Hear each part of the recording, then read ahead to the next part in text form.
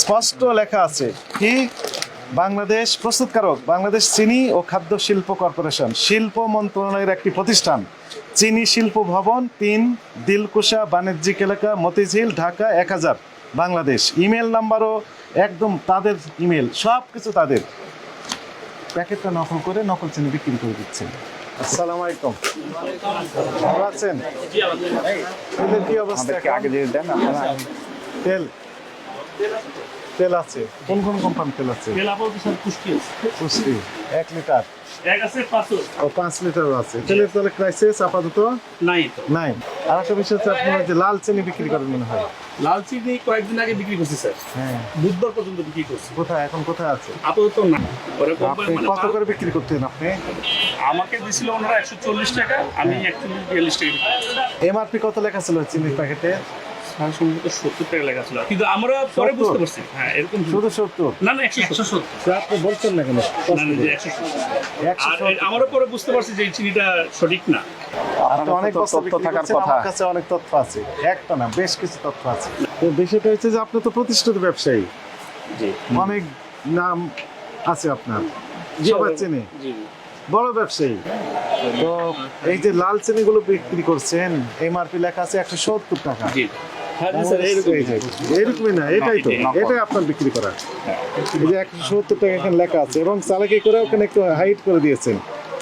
আর প্যাকেটে গায়ে লেখা আছে কি পড়েন, আপনি পড়েন, প্রস্তুতকারক কি লেখা আছে যেন? বাংলাদেশ চিনি শিল্প খাদ্য শিল্প কর্পোরেশন। আমি ওনাকে জিজ্ঞাসা করছি যে আপনি কি কোম্পানির লোক, পরে উনি স্বীকার বলছেন না আমি কোম্পানির লোক না। ঠিক আছে, এটা আপনার দায়িত্ব। বাজারে সয়লাভ হয়ে গেছে এই চিনিতে আপনাদের কারণে। ধরতে আমাদের এত সময় লেগে গেছে। পুরো বাজার তো আসলে স্যার। সর্বশেষ আপনি তো দিয়েছেন, মোহাম্মদপুর কৃষি মার্কেটে দিয়েছেন, না ও আমাদের থেকে কিছু টাউন হলে দোকানদার গিয়েছে। দোকানদার কিছু আসছে। আপনারা ভাই অনেক বছর যাবত এই কাজ চলছে, আজকে 1 বছরের বিষয় না। টাউন হলেও আমরা দেখেছি, জি। একবার না অনেকবার দেখেছি। না টাউন ওনারা বলেন না, ওনারা আপনার নামটা বলেন না, বিরাট যন্ত্রণা। না না মানে না। এটা উদ্ধার ওনারা করতে কি আমাদের হয়েছে, অনেক বেগ ওই পেতে মাল হয়েছে। নিতে প্যাকেট না, বস্তা দিয়ে দেন আপনি, বস্তা দিয়ে দেন। বস্তা কি বস্তা বিক্রি করতেছেন, নকল চিনি বিক্রি করতেছেন, রসিদ টন টন রেখেছিলেন? বিক্রি করছে। রশিদ আমাকে দেন। রসিদ দেয় নাই, উনি আর আপনার তো এটা রসিদ ছাড়া রাখাই উচিত হয় নাই। না এটা আমাদের অনেক এত টাকার দামের মানে জিনিস কৌশল খাটিয়ে করছেন। আপনি জানেন যে এমআরপি কত চিনির? এটা গায়ে অরিজিনাল 1 যেটা কেজি জি। প্যাকেট যত চিনির এমআরপি কত থাকার কথা সরকার নির্ধারণ করে দিয়েছে কত টাকা? 140 টাকা 140 সর্বোচ্চ। এমআরপি লেখা থাকবে 140, আপনার এখানে লেখা আছে 170 টাকা, 30 টাকা বেশি লেখা দেওয়া আছে। তার মানে এটা নকল চিনি। এটা মিথ্যা বিজ্ঞাপন দ্বারা ক্রেতা সাধারণের সাথে প্রতারণা করেছেন, নকল চিনি বিক্রি করেছেন। 2টি অপরাধ আপনি একসাথে করেছেন। আরেকটি অপরাধ করেছেন বেশি এমআরপি দামে। বেশি দাম নিয়েছেন। আপনার প্রতি আমরা বিরূপ এই কারণে যে যেহেতু আপনি যার কাছ থেকে নিচ্ছেন তার নাম ঠিকানা নেই, উনি ক্যাশ মেমো আপনাকে দিচ্ছে না, তাহলে আপনি কেন নিচ্ছেন? যেহেতু এমআরপি বেশি লেখা থাকছে। চিনি ও শিল্প কর্পোরেশনের থেকে আমাদের কাছে ভোক্তা অধিদপ্তরে কয়েক দফা চিঠি দেওয়া হয়েছে। চিঠিতে বলা হয়েছে যে তাদের প্যাকেট নকল করে বাজারে এই নকল চিনি সয়লাভ হয়ে যাচ্ছে এবং এটা একটা এবং সিন্ডিকেট, দামও বেশি সবাই দিচ্ছে। জড়িত এর সাথে। এবং এনারা এই মূল এনে বিক্রি করে দিচ্ছে। এতে তেল নিয়েছেন, হ্যাঁ কোথা থেকে নিয়েছেন? কোম্পানি দিচ্ছে। রসিদ আছে তো। রিসিপ্ট দিয়েছে, জি জি দিয়েছে। তাকে টেস্ট করা যাবে, জি জি তাই না? জি জি টেস্ট করা যাবে। হ্যাঁ তো এইটার ক্ষেত্রে ব্যতিক্রম হলো কেন? এটা স্যার চিনির ক্ষেত্রে এই আপনি- কারণে যখন হয়েছে তখন আমরা শুনতে অতি পারছি মুনাফা করা। যখন হয়েছে কেন ভাই, যখন আপনি যখন প্রথমে ওপেনিং নিচ্ছেন জি প্রথম দিনই তখন কেন এটার আপনি কারণে? রিসিপ্ট নিলেন না কেন? হ্যাঁ রিসিভ দেয় না এসে, আর আমারও অপরাধ আমি নিই নাই, এটা কথা ঠিক। যোগ সাজস যোগ করেই সাজস, মূলত যোগ এই সাজস। নকল চিনি বাজারে সয়লাভ করে দিয়েছেন আপনি। স্পষ্ট লেখা আছে কি বাংলাদেশ প্রস্তুতকারক বাংলাদেশ চিনি ও খাদ্য শিল্প কর্পোরেশন শিল্প মন্ত্রণালয়ের একটি প্রতিষ্ঠান চিনি শিল্প ভবন ৩ দিলকুশা বাণিজ্যিক এলাকা মতিঝিল ঢাকা ১০০০ বাংলাদেশ ইমেল নাম্বারও একদম তাদের ইমেল সব কিছু তাদের। প্যাকেটটা নকল করে নকল চিনি বিক্রি করে দিচ্ছেন, একটি অপরাধ।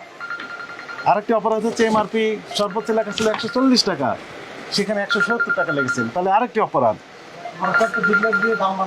রাইট, 3 নাম্বার রসিদও রাখেন নাই উনি। রিসিট আপনি শিল্প মন্ত্রণালয় আপনি আপনি মালিক বেশি দাম করে এ, 170 সামনে আসেন। করেছে। এই যে ওটি যে নকল, এটি আপনি জানতেন, কেন জানতেন? যেহেতু ক্যাশ মেমো দিচ্ছে না, যেহেতু দাম লেখা আছে 170 টাকা, যেহেতু চিনি শিল্প কর্পোরেশন থেকে আপনি চিনি কিনতেন, যেহেতু ওই চিনিতে লেখা ছিল 140 টাকা আর এইখানে লেখা আছে 170 টাকা, সেহেতু আপনি জেনে শুনে এই কাজ অপকর্মটি করেছেন। মেমো দেন না তো, আপনিও মেমো দেন না, আপনিও মেমো নেননি। এটা দেখে কিভাবে বোঝা যাবে যে এটা দেখে চিনের উপায় দুইটি। নাম্বার ওয়ান, দাম বাংলাদেশ চিনি শিল্প কর্পোরেশনের প্যাকেট যদি বাজারে পান তাহলে দেখবেন যে লেখা আছে 140 টাকা এমআরপি, কিন্তু এনারা লিখছেন 170 টাকা। প্রথম কথা এটি, চিনি শিল্প কর্পোরেশন 140-এর বেশি কখনো ভুল করেও লিখবেন না। ইনারা যখন লিখছেন বেশি তখন বোঝা যাবে যে এটা আসলে তাদের নয়। অপরাধ স্বীকার করেন। যে আমরা এখন তো হয়ে গেছে, এখন তো করার কিছু না। হয়ে গেছে না, করেছেন কেন করেছেন? যে রিসিপ্ট নেন না। তার মানে হচ্ছে আপনি ইচ্ছাকৃতভাবে করেছেন। রিসিভ আমরা না নিয়ে অনেক বড় ভুল করছি। আচ্ছা, এখন আইনে যেটি বলা হয়েছে যে কয়েক ধারায় অপরাধ আপনি করেছেন। জি স্যার। একটি হচ্ছে 44 ধারা মিথ্যা বিজ্ঞাপন দিয়ে ক্রেতা সাধারণ সাথে প্রতারণা, আসল চিনি বলে বিক্রি করতেছে নকল চিনি। তাহলে 50 ধারায় বলা হয়েছে আর কি অপরাধ, যে নকল চিনি বিক্রি করার অপরাধ। মিথ্যা বিজ্ঞাপন দিয়ে ক্রেতার সাধারণ সাথে প্রতারণা করেছেন, এটা একটি অপরাধ। এমআরপি ছিল 140 টাকা, আপনি 170 টাকা লিখে দিয়েছেন এখানে, এটি আর কি অপরাধ। ক্যাশ মেমো নেননি এবং ক্যাশ মেমো দেননি, আপনি তো সহযোগিতা করছেন এই অপকর্মে। আপনি ক্যাশ মেমো নেননি, আবার বিক্রির সময় ক্যাশ মেমো দিচ্ছেন না, এটি আরেকটি অপরাধ 45 ধারায়। আচ্ছা, আপনাকে সতর্কতামূলকভাবে 50,000 টাকা জরিমানা আরোপ করা হলো।